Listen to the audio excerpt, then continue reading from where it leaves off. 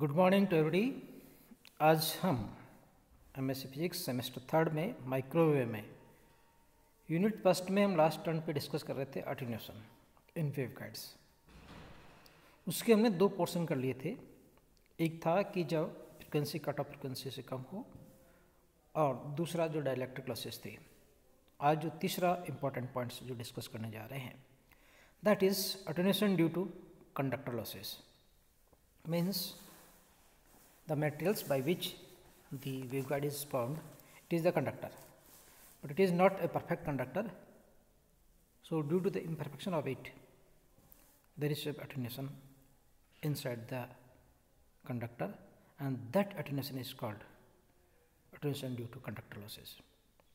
What is that? How we can calculate? Let us discuss.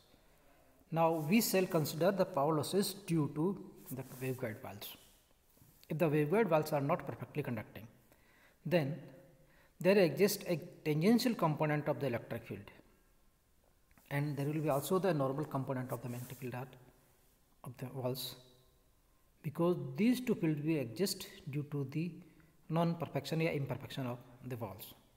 So this result in average power delivered to the waveguide valves and distributed in it, and it is the provided continuous attenuation of the propagating electromagnetic wave. Means due to the presence of these two components of the electric field as well as the magnetic field, the losses are there, and that produce the attenuation of the propagating electromagnetic wave. How they produced, what is the result of it? Let us consider the figure. We have considered a waveguide we have considered the small area ds, that is called the surface element, and the thickness of this one is that the dz. The small length element is the dz. Here the two components are exist, ht and the et. These are the transverse component or the tangential component of the electric field and the magnetic field. These two exist. Then the power loss per unit waveguide length is given by the PL, जिससे हमने उसको Poynting vector से हमने discuss किया था in lower classes, उसी style से calculate किया गया है. So power loss जो थे real part of this Poynting vector. So we can write PL equal to 1 divide by del Z 1/2 real part of the integration for the S1 ET cross multiply by the HT ds1, because we want to calculate power loss per unit length. So that is we have divided delta z, del z. Del z is called the length element and del S is the surface element. Since ET results from the flow of the current due to the HT, हम दोनों ने calculate किया है कि ET से HT आता है, HT से ET आता है. So ET results from the flow of the currents and due to the HT, and the direction of the current is the normal to the HT. Hence ET and HT are to be perpendicular to each other. Mostly ये हम देखते ही हैं, figure में भी show किया हमने, both are perpendicular to each other. So due to this one, that is the we can calculate the conductor impedance, that is Z. In place of the Zm we have write eta m, that is high frequency conductor impedance, that is equal to the ratio of electric field to the magnetic field for the transverse component.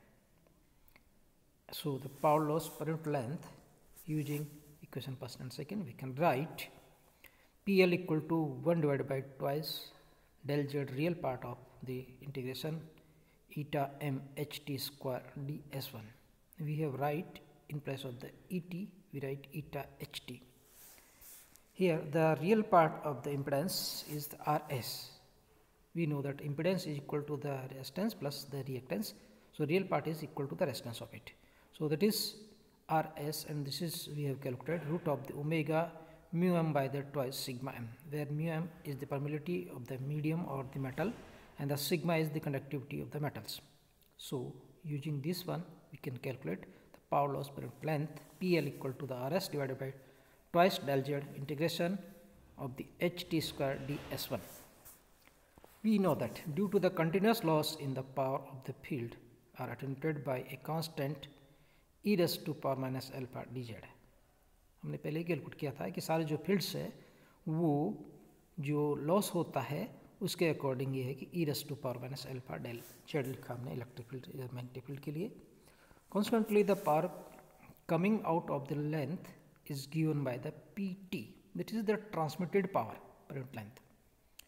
So this is equal to Z0 by the 2 integration of the h0 square e raised to power minus twice alpha z ds, because we know that ht equal to directly proportional of the h0 e raised to power minus alpha z, where h0 is the intensity of the resultant magnetic field at the z equal to 0.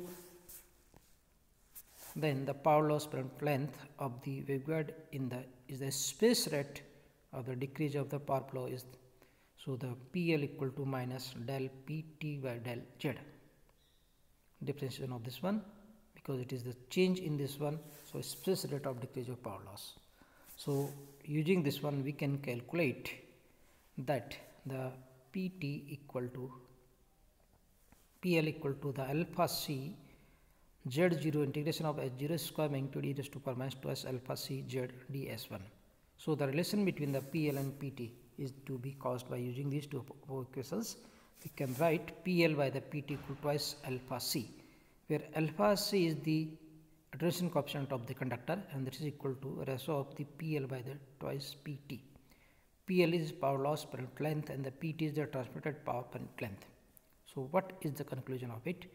The attenuation constant of the waveguide walls is equal to the ratio of the power loss per unit length to the twice of the power transmitted through the waveguide.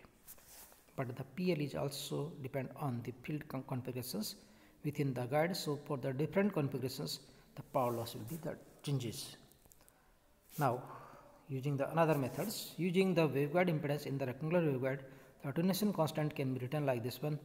ZTE mod for the ZTM दोनों के लिए हमने Z represent कर दिया, that is equal to magnitude of the ET by HT, और इसको हमने एक नाम दे दिया Z0 characteristic impedance के नाम से.